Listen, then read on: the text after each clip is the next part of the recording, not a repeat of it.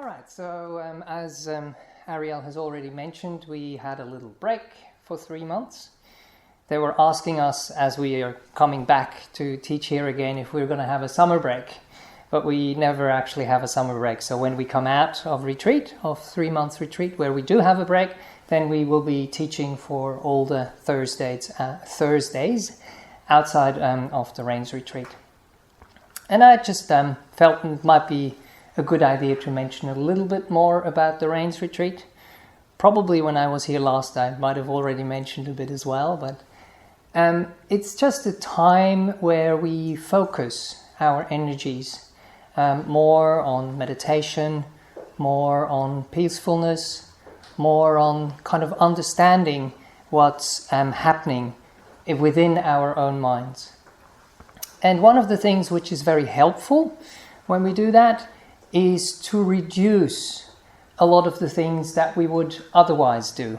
And if you have a time of the year where you specifically focus on something, it kind of encourages you to let go of a lot of things, to just kind of pare everything down and to make sure that the things that are not absolutely necessary, they don't need to be done at that time.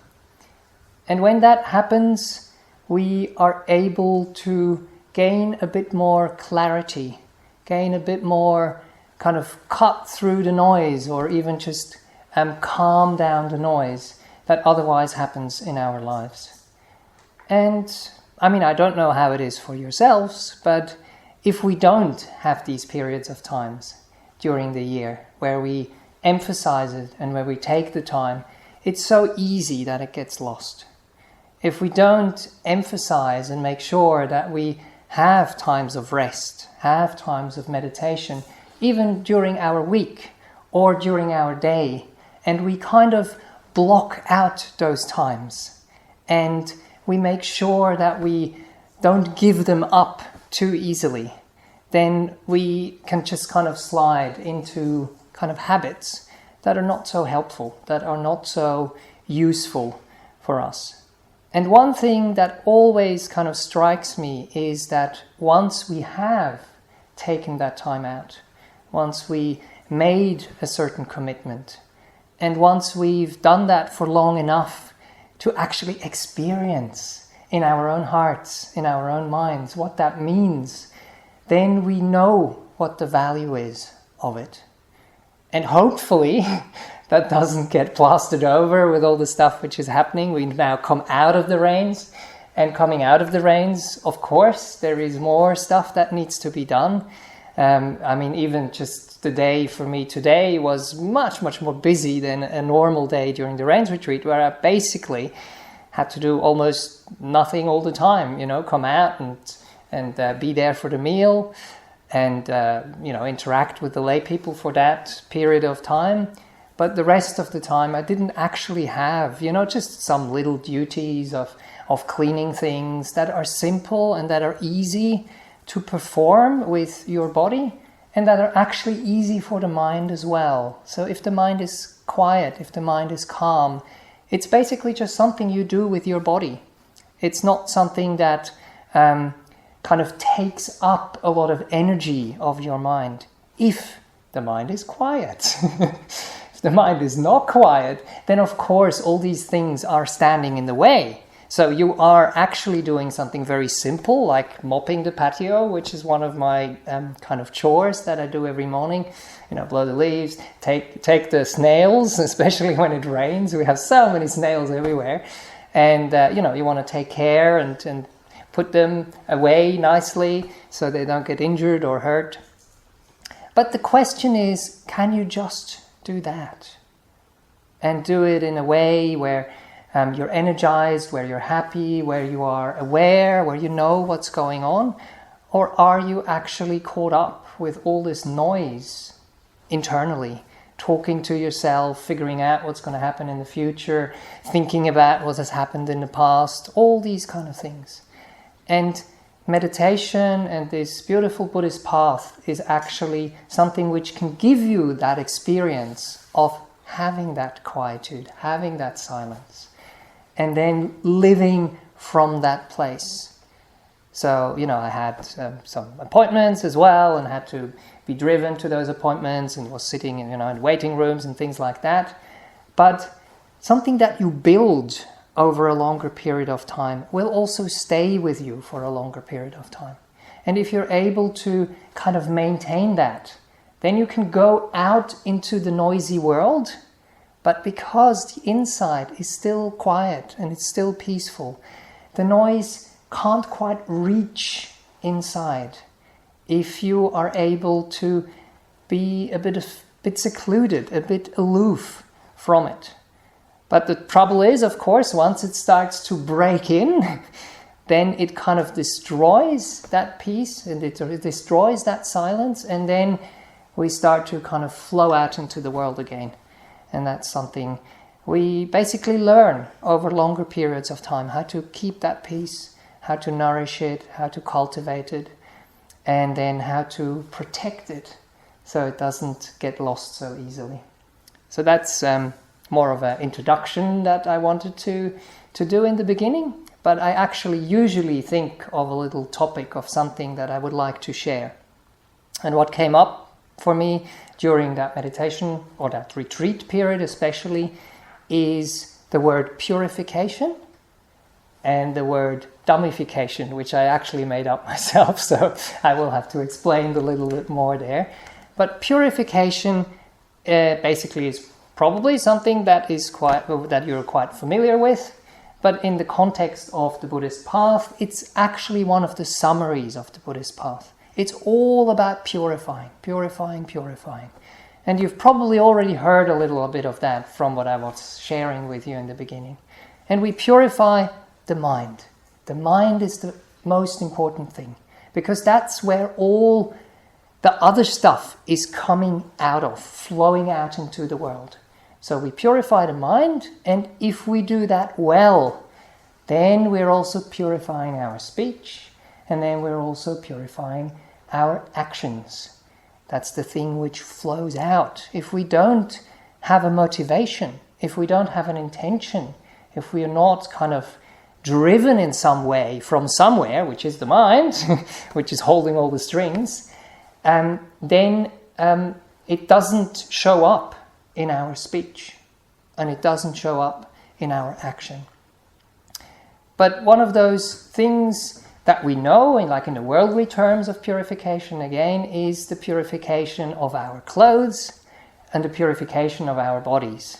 And I think everyone in this room will know that that is actually kind of important. And that's something that you also worry about, because other people can see that and they can smell that if it's going in a direction that is not so good. And you would always spend enough time to make sure that your clothes are clean, that your body is clean, that these things are kind of presentable to the world. And these days, fair enough, we have washing machines and stuff like that. So it's much, much easier than in the old days where you had to spend a lot of time doing that. But still, it actually takes up quite a bit of time in your day. You have to clean your clothes, wash your clothes, you have to hang them up.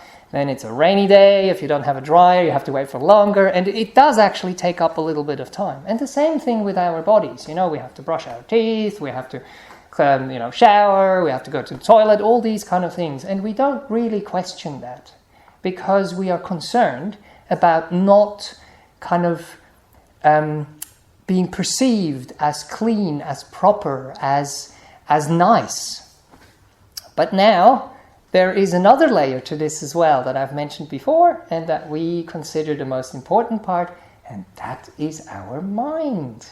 So we have to clean our mind, we have to purify our mind, because the same thing, like with what I described before, is if we don't take care of it, it does get kind of dirty, and it does get kind of smelly over time.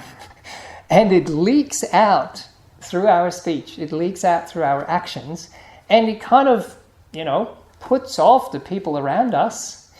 And if we had the same understanding of this purity, of this spotlessness, of this cleanness of our own minds, first an understanding what the mind is all about, an understanding of what these impurities in our minds might actually be, and then to clean them, to wash them, to purify them is a very important thing to do.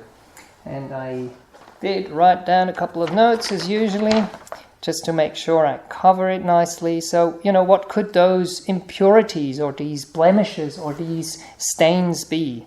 So, of course, it's our mental states. And usually we describe them to kind of cover everything as greed, as wanting something really strongly, which drives us, which kind of colors our mind in a way which is not helpful. And then we have hate or aversion or ill will of not wanting things, of wanting to, push them away. And then we have this thing which is the hardest one, which is delusion and confusion. We don't really know what's going on. We don't really know what is helpful and what is hurtful. And that's what I tried to describe before. Once we gain a little bit of clarity, once we gain a little bit of peace, then we also have clarity, and we know how beautiful it feels inside and what purity is. And then we don't want to make that purity dirty again. But if we are caught up in too much, already kind of stains and blotches and stuff going on, which just happens in life, there's nothing wrong with it, it's just how it is, but then it's difficult to even know what's going on. So one of the beautiful similes that the Buddha brought up, he didn't actually use it exactly for what I'm trying to describe now, but I found it fits in really nicely, is the simile of the cloth. And he talks about the cloth that we wash, that we purify, that we clean, that I described before.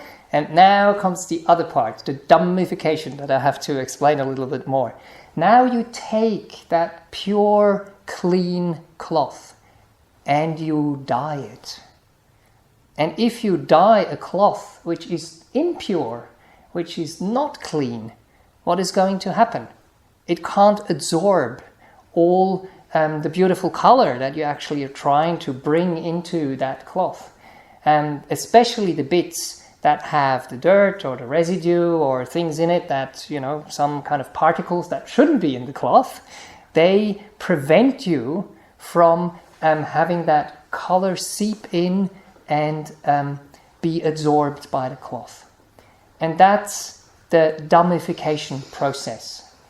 So fication is basically just, making it a noun or making it a thing or making it a word. But the word before that I use is Dhamma. And what does that actually mean? So Dhamma is a Buddhist term that is often used to talk about the teaching, the teachings, that are given in Buddhism. But the root of the word actually also means nature, also means how things are. Really understanding and seeing with clarity, as I tried to describe before, what is good, what is beneficial, what is wholesome, what feels right, what feels nice, to kind of gain an understanding of what virtuous qualities are. And one other beautiful kind of simile that the Buddha uses that I wanted to bring in is he describes these beautiful qualities as like a scent of a flower. So as I was describing before, something which doesn't smell so nice is something which kind of puts us off. But virtue and purity is something which smells nice, which smells attractive, but in a peaceful way, in a calming way. And in the scriptures, it even talks about this beautiful quality of virtue as the smell or the fragrance, probably is the best word to use, that travels even against the wind. It's something which is very, very strong. And it's nice if we learn to recognize that within ourselves and within other people, and then we can kind of cultivate that. So the Dhammification is the absorption of the truth.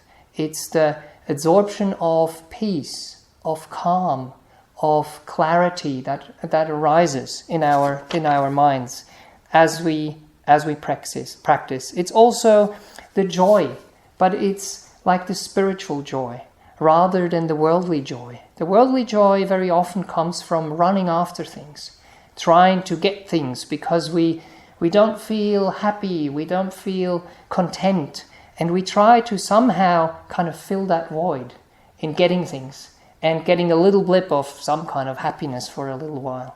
But when we actually purify the mind, when we purify our speech, when we purify our actions, that's something which is good in itself. It's something which gives us this beautiful feeling that we are spotless, that we haven't done anything wrong, that we don't have to worry about what other people might think or about even what we might think about what we are doing. And then that really kind of propels us forward.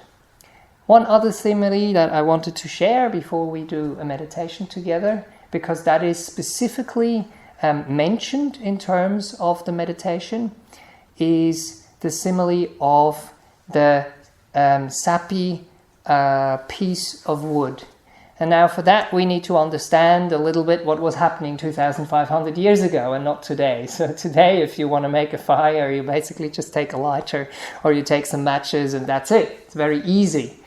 But back in those days they didn't kind of have these things either so readily available or they weren't even available at all. So they had those fire sticks that you actually have to kind of rub against a piece of wood. And then it starts to smoke and it starts to slowly kind of get hot enough that you can make a fire out of that. So you have the fire stick and you have a piece of wood.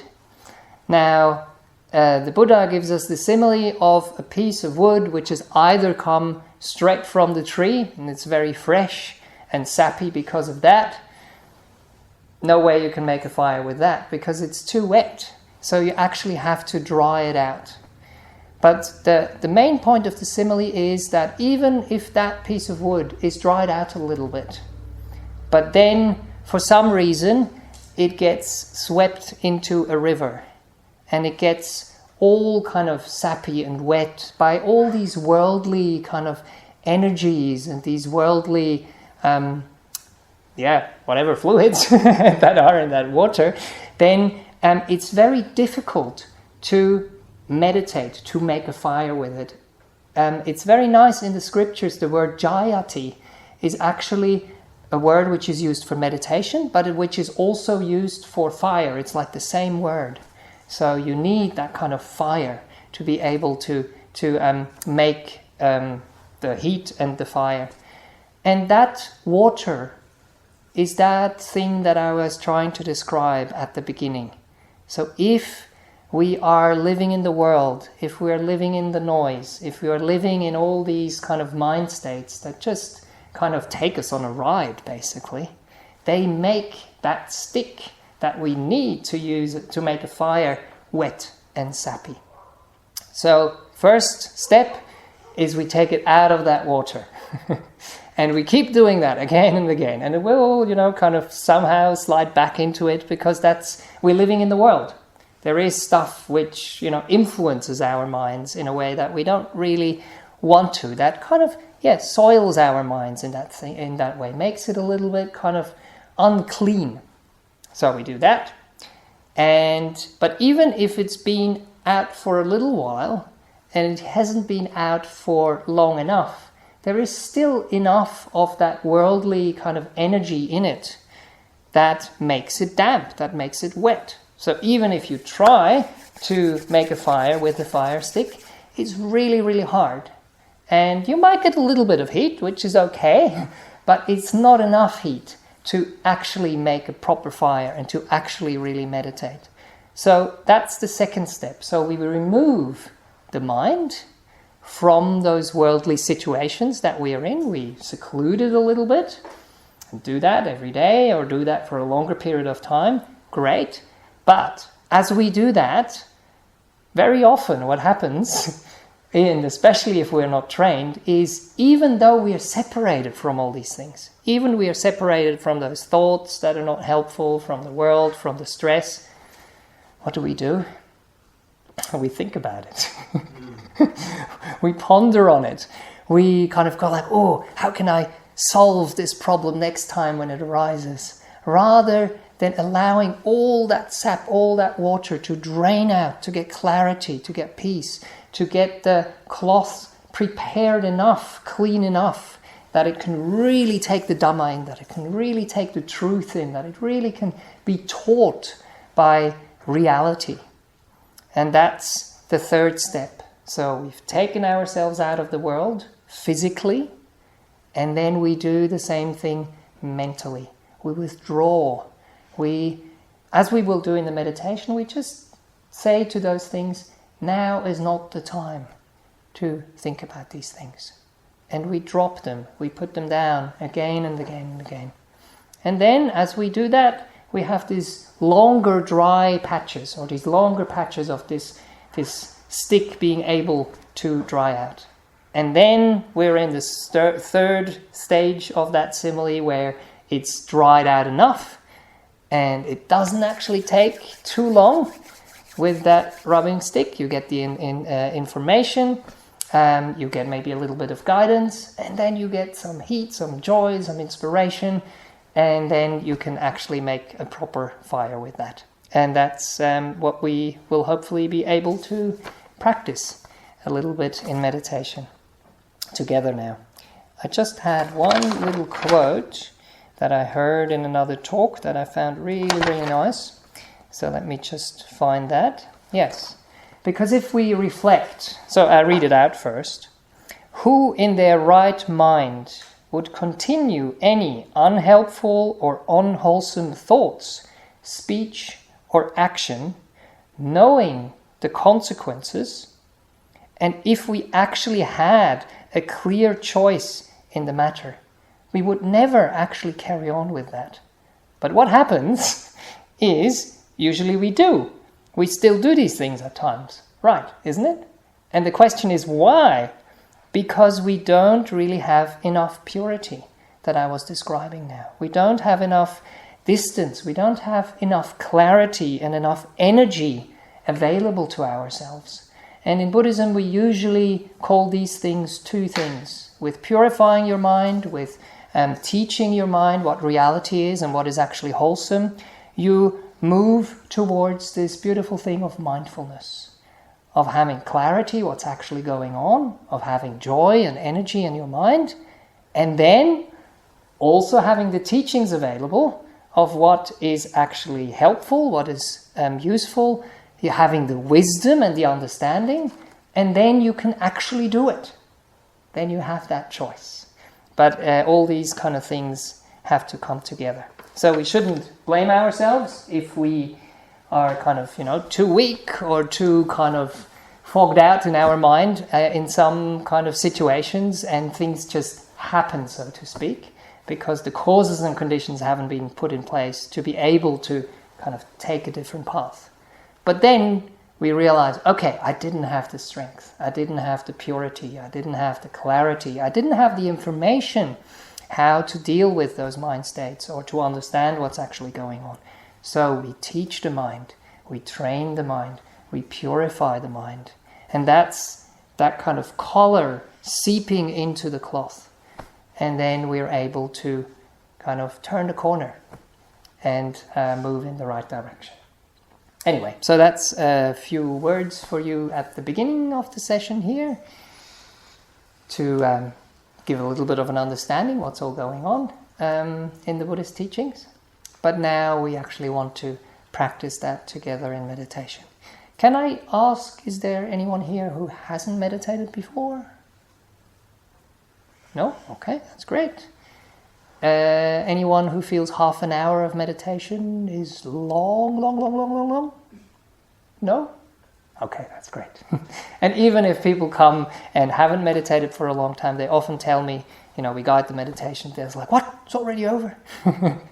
So when you actually gain a little bit of peace, then that's something very attractive, and you don't really want to go away, and you're enjoying it, so time just kind of disappears, and that's a beautiful state to be in. Okay, let's get comfortable for the meditation first of all, if you haven't already. If you want to take a sip of water or something like that, might be a good time to do that now.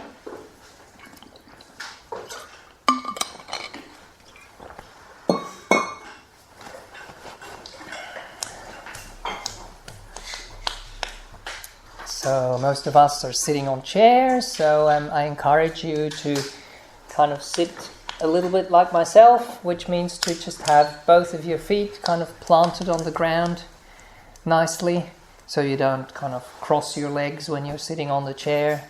So that means, the blood can flow freely, and you also don't have any pressure points, at least down there. And you also feel grounded. And then you just also feel your body sitting on the chair.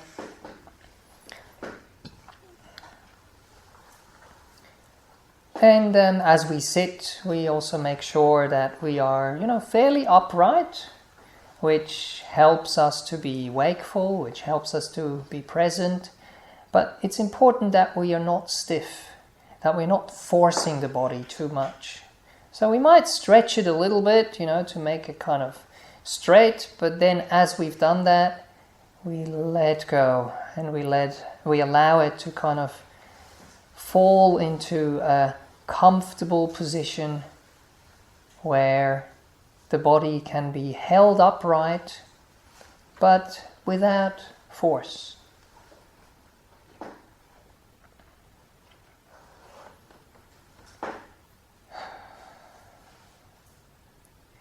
Sometimes it also helps to, at the beginning of a meditation period, to take a few deeper breaths, like breathing in through the nose and breathing out through the mouth, slightly longer out breath. For the kids, we often say it's like smelling the flowers through your nose and then blowing out a candle through your mouth. So it naturally goes into the right way towards relaxation, towards peace. But then as you've done that a couple of times, you can allow your breath to go to a natural pace, to a natural rhythm, whatever it needs to do right now. And if you haven't already closed your eyes, now is probably a good time to do that. But again, you don't force them shut. You just gently, kindly let them close.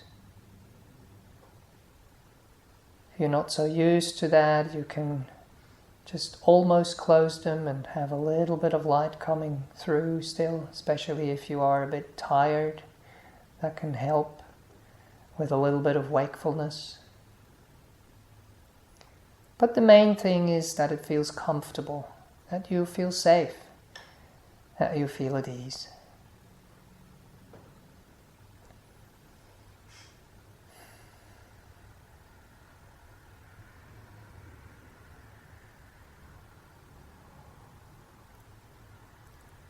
And then, as I was saying before, there is all these worldly things that are happening to us when we are running around, when we are, thinking, when we are problem solving, when we're actually, active with the mind, with the body. But that's not happening now. We are separated from that. We're separated from that wetness of the world, which can kind of cloud, which can bring like little spots, kind of uncomfortable particles into our mind, into the cloth that I was describing before, or into that stick. And even just through the talking that I did, I already gently kind of navigated you away from what happened before out in the world. And now we are separated from it. We don't need to do anything. We don't need to worry about anything. We don't need to solve anything.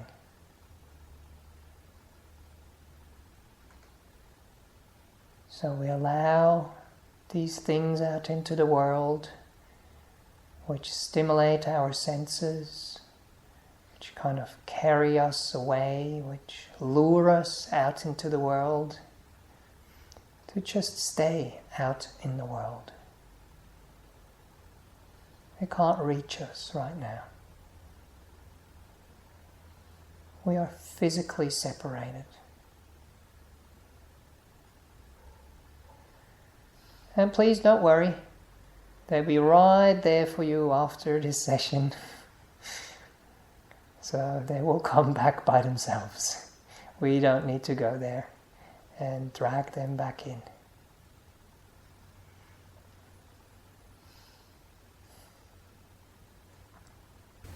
And then we can already, hopefully, feel some relief, feel some unburdening. Maybe feel those things flowing out of us, out of our bodies as well. The tension which comes with what we have to perform out there, do out there. Let it just, seep out into the floor. Seep out into the chair. Seep out back into the environment.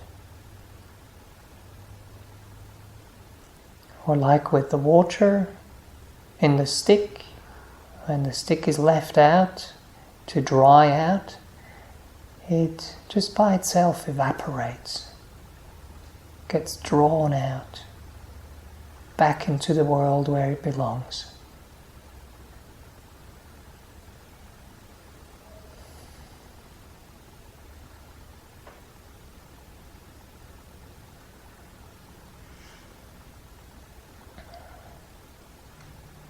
And hopefully you can feel your feet and your legs, your knees, your thighs, getting just this tiny little bit heavier and settled, relaxed and at ease. As all this stuff is flowing out, seeping out, evaporating out.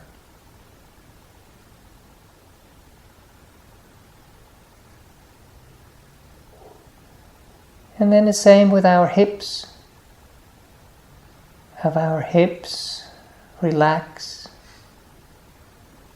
become heavy, become settled on the ground, the mat, the chair.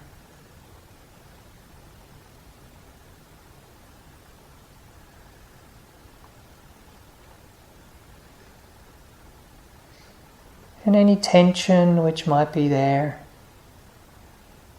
let it release. Let that part of your body soften.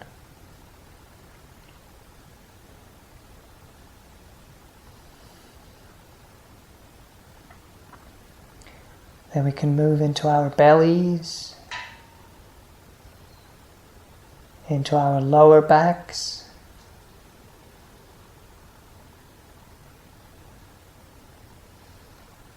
And make sure we're not holding. It's not hard, it's not stiff, but it's soft, relaxed, at ease. Just resting on top of our pelvis.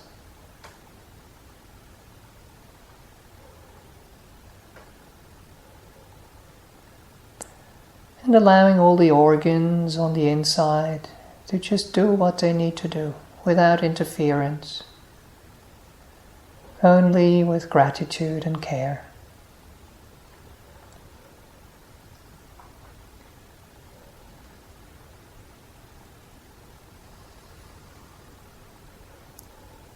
And then we can move upwards our spine, upwards on our back, upwards on our belly,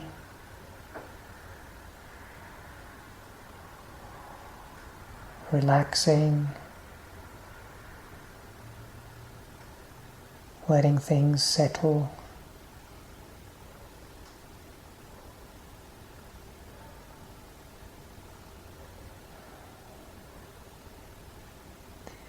Letting the diaphragm do its job smoothly, in the rhythm it likes to do that, to regulate our breathing naturally, without force.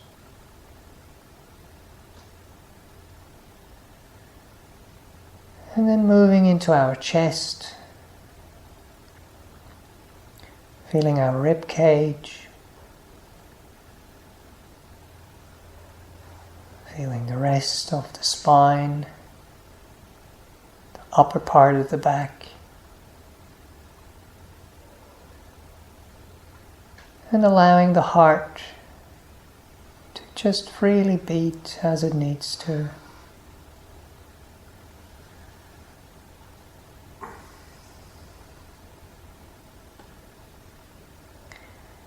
And together with our lungs, bringing the oxygen in, spreading it around our whole body, and bringing all the waste products out when we breathe out.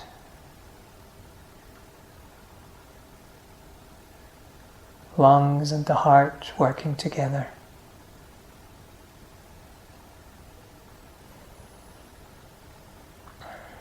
And then we can go up to our shoulders,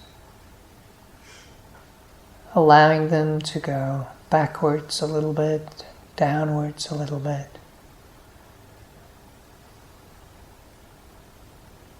So that they can be at ease.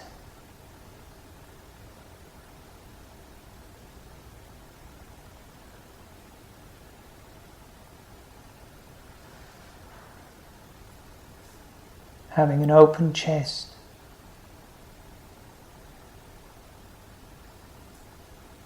free to breathe.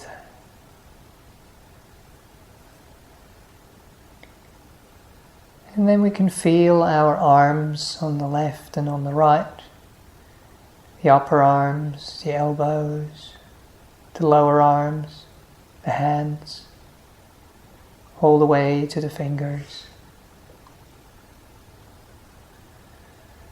Just hanging loose,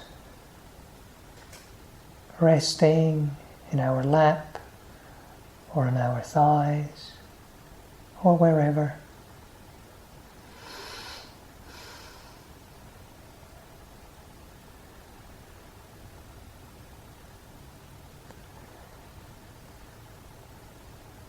And then when we feel they're fairly at ease, fairly at peace, can move to our necks,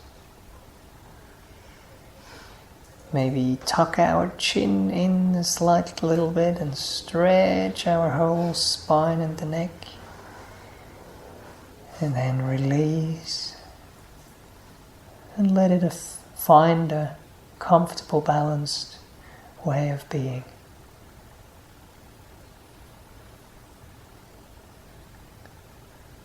And feeling into our heads, back of the head, top of the head, the side of the head, the temples, the ears,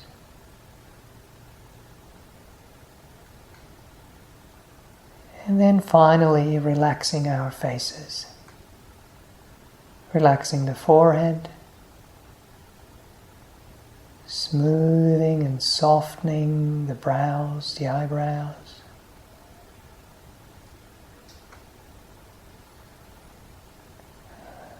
Allowing the eyelids to rest.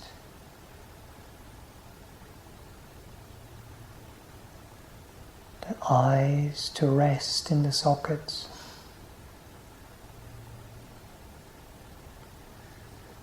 The cheeks to relax.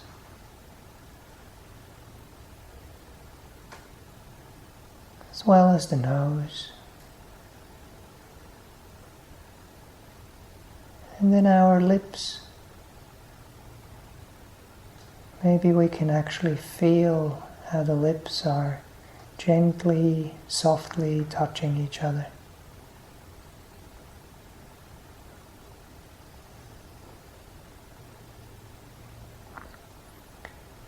And from there we can go into our jaws. Relax these big, strong muscles. No need to have any tension here at this time.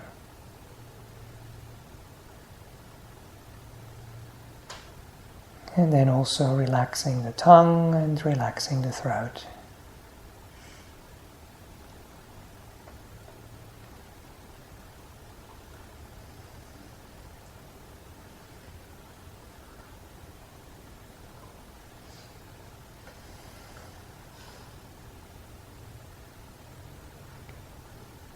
And then we can allow our bodies to fade into the background.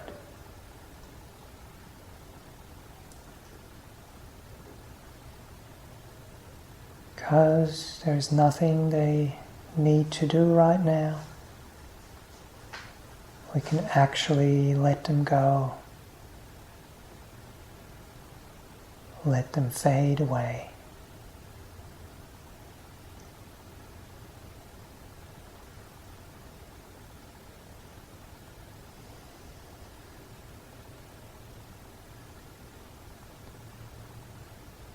And then we are left with the mind, with the mental world, with stuff which might still be buzzing around in there, creating a bit of turmoil, a bit of noise. But now is the time to remind ourselves,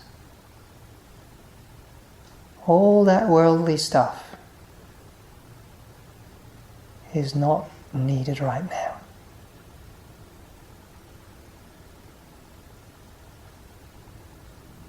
We can allow it to seep out of the mind. Can allow it to be purified out of the mind.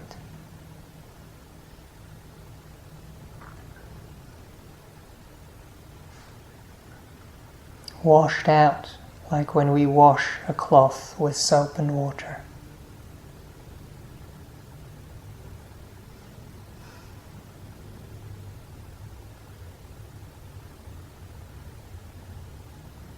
Thoughts, emotions, problem solving,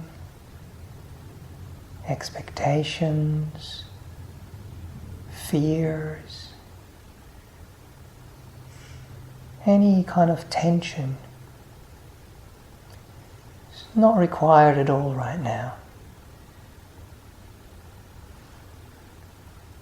So we can let it fade away. We can let it be. We can let it go.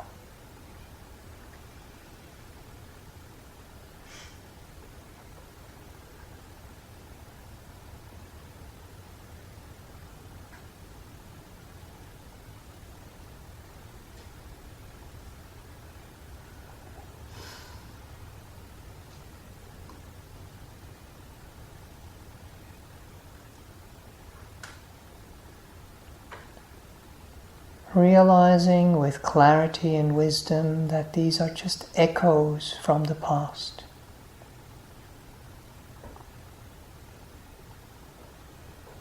So if we don't engage, if we don't get sucked into them, they just get lost in space, like sound does. if it has nothing to bounce off from.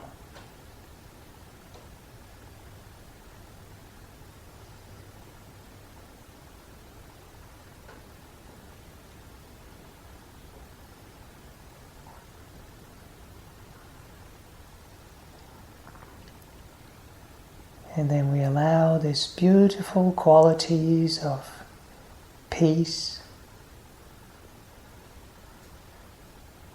of silence, of stillness, of joy to seep in, to be absorbed by that cloth, which is our mind, to be infused, to be filled, to be colored and dyed by them.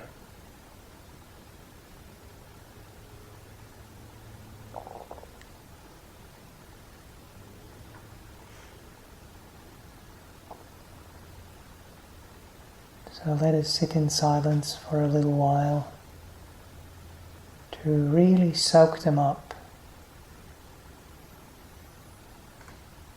and to let them fill our whole minds. So no place is untouched.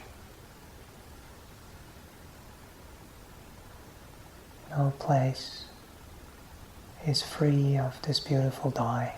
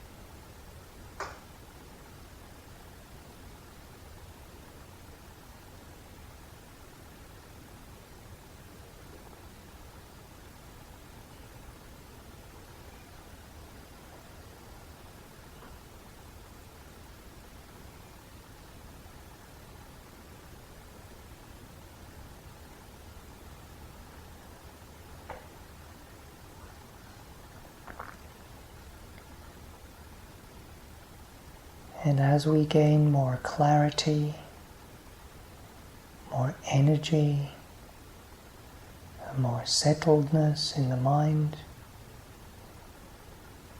we are able to say no to certain things from the world out there, to renounce them.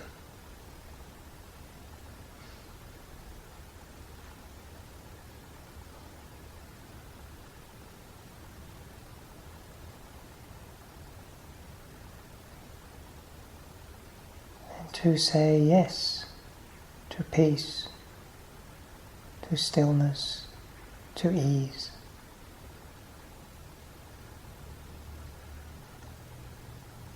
To joy.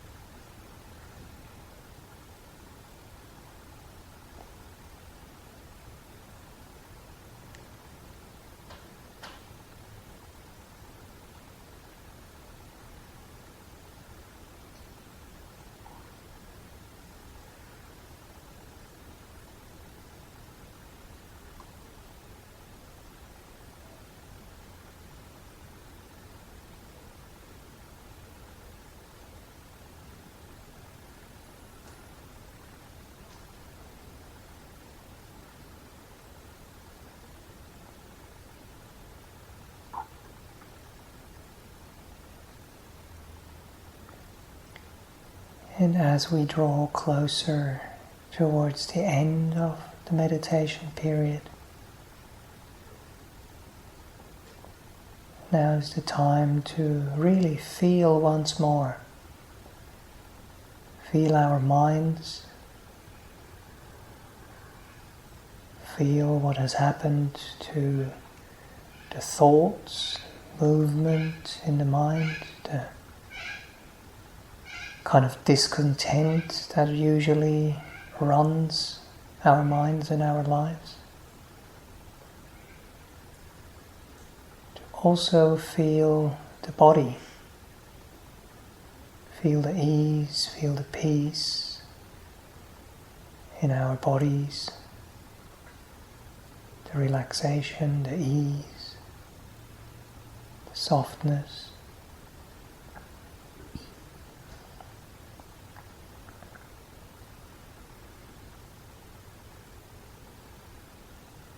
And to remember how they are encouraged, how they are grown, how they are cultivated. And then maybe when we go out into the world again afterwards, we are less willing to give these beautiful qualities up. We are more aware that there is things out there that can kind of darken these beautiful, clean and bright, spotless qualities in our minds and how it feels in our bodies. When things get purified.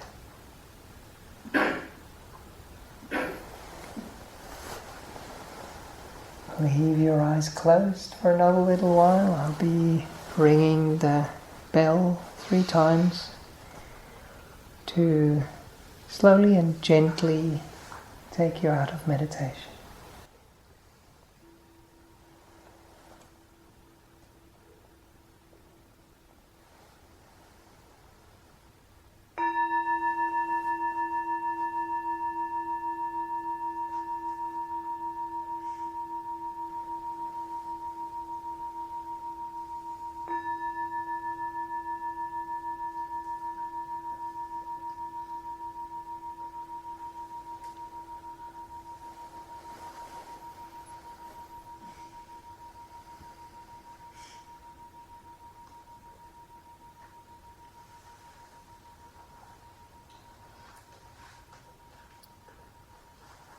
Okay, welcome back.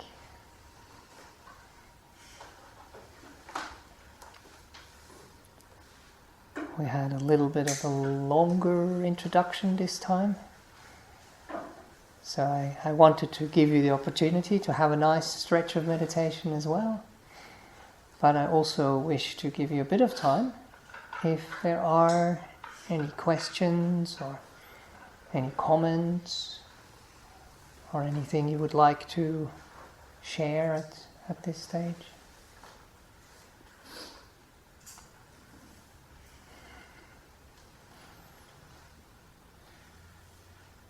It's okay. Sometimes I actually ask if people have questions after I've given the little introductory talk, because I feel that's when the mind is still a bit more kind of active. And when we meditate and come out of meditation, sometimes when we get into it and we feel the purity of the mind, the clarity of the mind, and just kind of how it feels beautiful inside, we don't really want to kind of burst into thoughts, burst into speech. Sometimes when people come on longer retreats where we usually don't speak, we have noble silence, we call that. Then the retreat is finished and you're able to speak to each other. But some people just don't want to because it feels so nice to be quiet. Because when you are quiet on the outside, that purifies, washes the noise in your mind. And the longer you do that, I don't know if you have actually periods of the day where you can be quiet, where you don't have to, have your messages or your phone or whatever it is up all the time, and you don't have to engage with people. You can just do a simple chore and just be with that chore, be in the moment, be with your body. Then that quietude, that silence, that peace actually informs and seeps into your mind and calms and settles and purifies the noise that is happening within your mind, within your heart. And then you have that beautiful quietness that hopefully most of you had some kind of access to now. And then you can bring that back out into the world. Anyway, that's a few words from me. Anything from you? No? Aha, yes. Too short. Too short, okay. Well, please don't meditate while we're driving back. But sometimes, people do these podcasts and everything these days. And it's fine, it's great, if if that's what you're doing, but don't listen to a guided meditation while you're driving.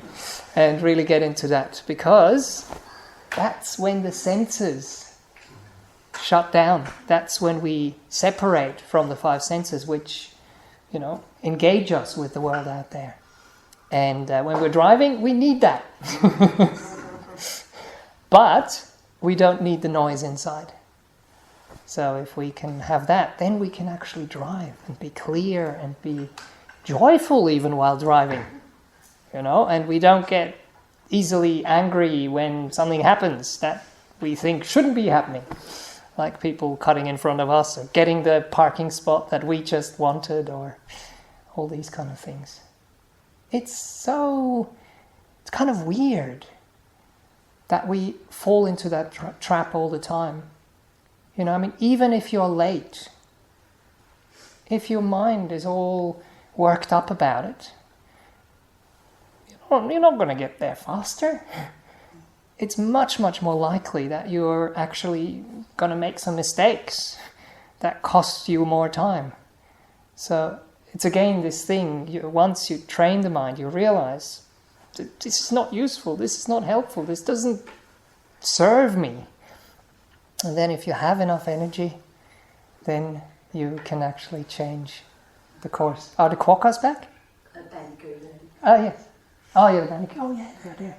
So anyway, I'll leave you with that. And if you want to take a little look at them outside, they're really, really cute. They sometimes come and visit us around this time. Well, one is already hopping away. Maybe there are more. Anyway, if anyone wants to say anything, but, not while it's recorded, I will be still here for a little while. And if you wish to help a little bit with putting the chairs away or things like that, that would be much appreciated. Thanks a lot for coming tonight. And these classes are happening once a week. So if you are inclined to come back, please do so. If you wish to listen to these things or other teachings, they are available online. Just go to the Buddhist Society of Western Australia, and there's lots of talks and guided meditations and all sorts of stuff. Okay, thank you very much.